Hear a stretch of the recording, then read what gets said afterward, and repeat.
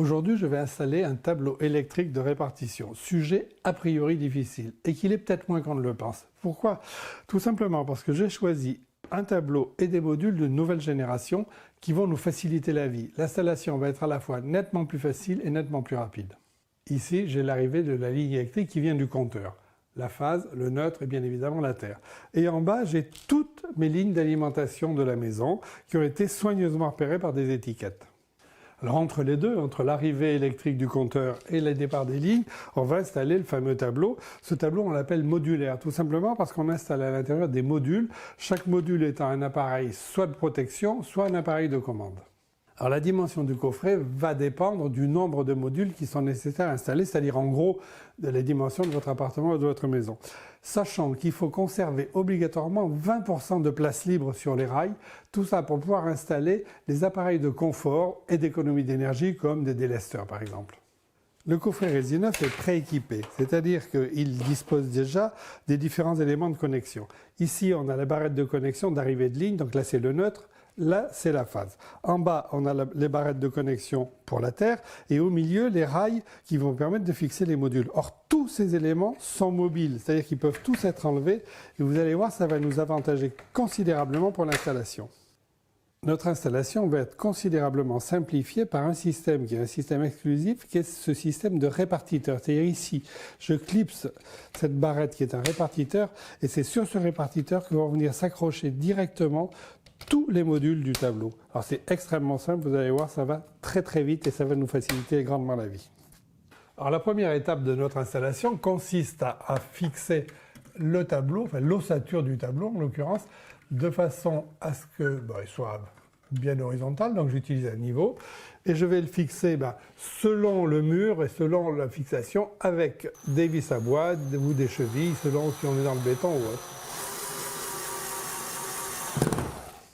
Et maintenant, j'enlève tous les éléments mobiles, ce qui va me permettre de travailler extrêmement confortablement et de commencer mon installation par le rail du haut. Donc j'enlève d'abord les barrettes de raccordement en bas, les rails intermédiaires.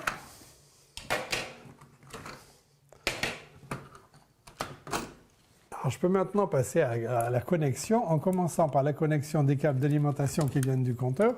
Donc le fil neutre à gauche sur la barrette bleue et le fil de phase à droite sur la barrette rouge. Et on visse bien à fond pour avoir une connexion parfaite.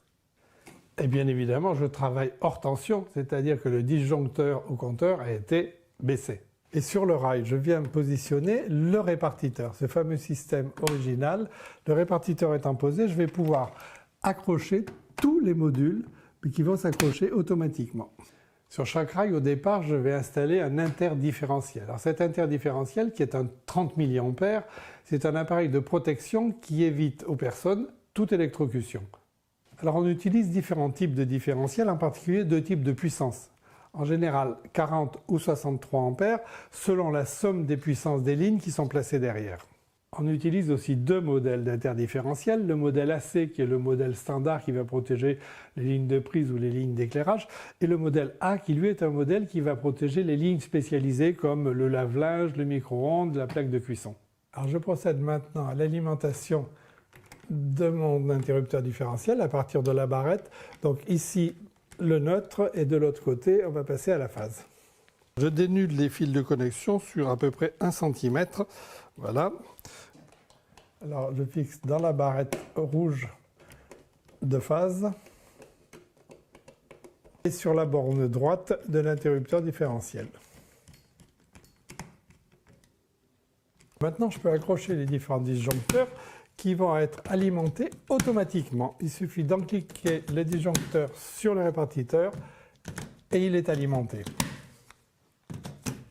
Le disjoncteur est un appareil électronique ou électromécanique de protection qui va couper le courant électrique si jamais il y a un problème sur la ligne, c'est-à-dire ou un problème de court-circuit ou un problème de surcharge. Alors je vais choisir différentes capacités de disjoncteur, 10 ampères, 16 ampères, 20 ampères, 25 ampères, 32 ampères, selon la ligne qui va être derrière. Et le disjoncteur, c'est en fait ce qui remplace l'ancien fusible, mais c'est beaucoup plus commode et surtout c'est réarmable, c'est-à-dire que s'il saute, il suffit que je fasse ça pour qu'il refonctionne.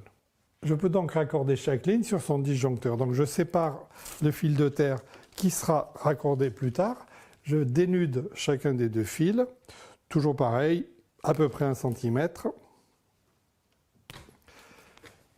Et je vais raccorder, alors c'est extrêmement simple parce que les bandes de raccordement sont inclinées à 45 degrés et elles sont automatiques. C'est-à-dire qu'il suffit que je pousse sur le fil et il est raccordé. Alors comme toujours, à gauche le neutre, à droite la phase. Et je rabats mes fils. Et au fur et à mesure de mes connexions, je vais écrire sur la feuille qui est jointe d'ailleurs au tableau, la correspondance entre le circuit et la ligne. Donc là, par exemple, je suis dans la cuisine et l'application, c'est la haute. Comme ça me permettra tout à l'heure de noter sur le tableau les différents éléments. Là, je suis avec un 20 ampères. Alors, je continue à connecter mes différents disjoncteurs, sachant que le fil de terre est laissé en attente.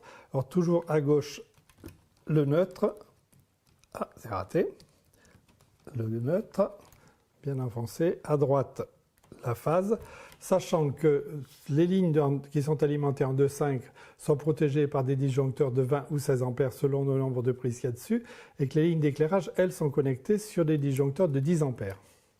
Dans la plupart des régions de France, les orages peuvent poser un problème. Il faut donc installer sur le tableau un appareil spécifique qui est un parafoudre et qui a un branchement particulier. Cet appareil se clipse sur le rail de façon traditionnelle. Voilà. Et ensuite, on va faire son raccordement par l'alimentation directe et ensuite à la prise de terre.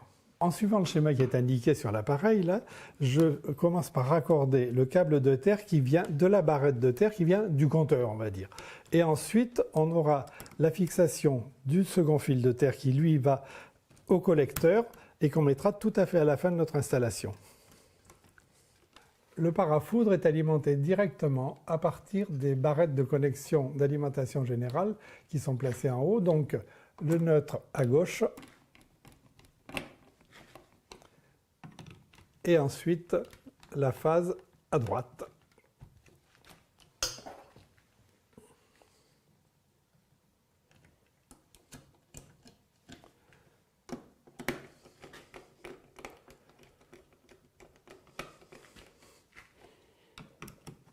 Et maintenant, je pose le rail suivant que je clipse et sur lequel je viens poser le répartiteur.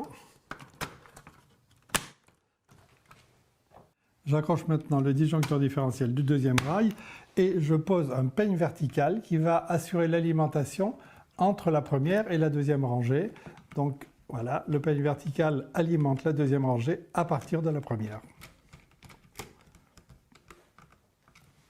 Alors sur cette deuxième rangée, je vais accrocher le disjoncteur qui va servir pour le four. Alors c'est un disjoncteur un petit peu différent puisque lui n'est pas à connexion automatique, il est à connexion par vis.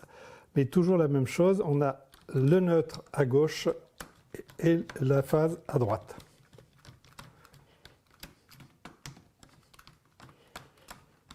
J'ai posé le troisième rail avec son répartiteur sur lequel j'ai accroché le disjoncteur différentiel qui est relié, qui est alimenté par un peigne vertical. Là, à côté, on va installer un appareil particulier qui est le contacteur chauffe-eau et qui est composé de deux éléments. Déjà, au départ, c'est la protection du chauffe-eau lui-même, mais là, on a le contacteur qui, lui, va être protégé par un disjoncteur 2 ampères, c'est-à-dire que c'est la protection qui vient directement EDF ou du fournisseur d'électricité, c'est-à-dire du fil pilote. Et là, je raccorde évidemment la ligne qui a été repérée chauffe-eau. Et le disjoncteur chauffe-eau est équipé de bornes à vis, donc on serre bien pour avoir la connexion. Et je dois ensuite assurer la connexion entre le petit protecteur de 2 ampères et le contacteur par un fil bleu et un fil rouge. D'abord le fil rouge à droite et ensuite le fil bleu. Et même chose pour le fil neutre, connexion automatique en bas et borne à vis en haut. Voilà, le contacteur est protégé. Alors je vais maintenant installer un module double, un module combiné qui est un module de télérupteur et qui est constitué d'un disjoncteur et du télérupteur lui-même. Alors il faut savoir que le télérupteur, c'est un appareil qui permet de commander à partir de plusieurs boutons poussoirs un ou plusieurs éclairages. Et là, on va avoir un branchement bien particulier. Un télérupteur est raccordé avec 5 fils qui sont repérés par des couleurs, un fil rouge et un fil orange qui viennent des boutons poussoirs, 2 fils bleus et un fil violet qui viennent des éclairages. Un fil bleu neutre donc, et le fil orange sont raccordés en haut du télérupteur. Ils sont raccordés par des bornes à vis. Donc toujours pareil, serré bien à fond pour avoir une bonne connexion. Ensuite, je raccorde l'autre fil bleu et le fil rouge sous le disjoncteur. Pareil, avec des connecteurs à vis, avec des broches à vis. Et pour terminer, je connecte le violet sous le télérupteur. Alors maintenant, j'ai installé le dernier rail avec son disjoncteur différentiel et les disjoncteurs des dernières lignes qui y avaient raccordé. Tout ça étant bien évidemment alimenté par le peigne vertical. Et il me reste à poser les prises de service qui sont obligatoires. Je les accroche et là, elles sont directement raccordées. En revanche, il va falloir prévoir des fils de terre. Pour la liaison aux barrettes de terre, ces deux fils ils sont fixés au-dessus par des bornes à vis.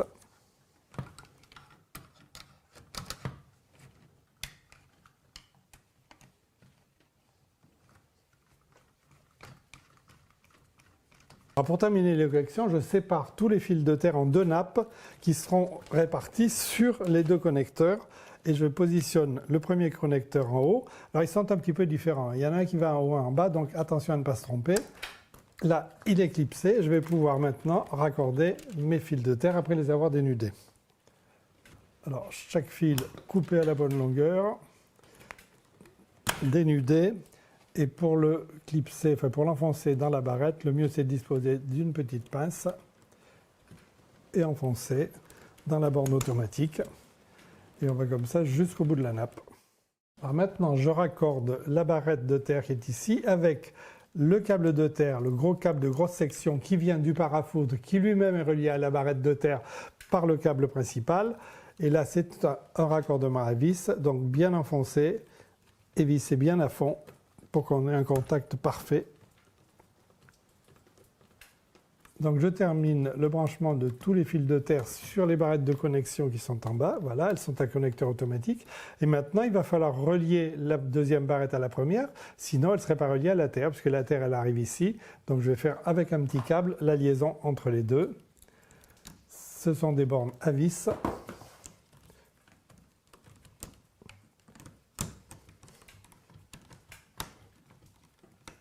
Alors qu'avec du câble de forte section, il vaut mieux utiliser des pinces parce que c'est effectivement un petit peu difficile à manipuler.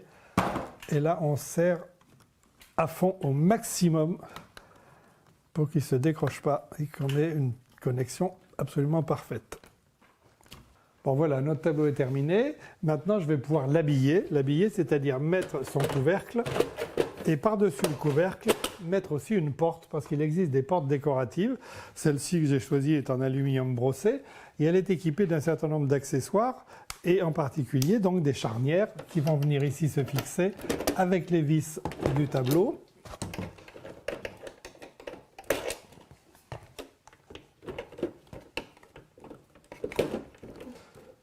Voilà. Et de l'autre côté, je visse les fermetures qui sont des petites fermetures aimantées. Voilà, et maintenant il me reste à fermer, à boucher les trous vides et ensuite à mettre les étiquettes de repérage. Alors pour boucher, on a des petits caches.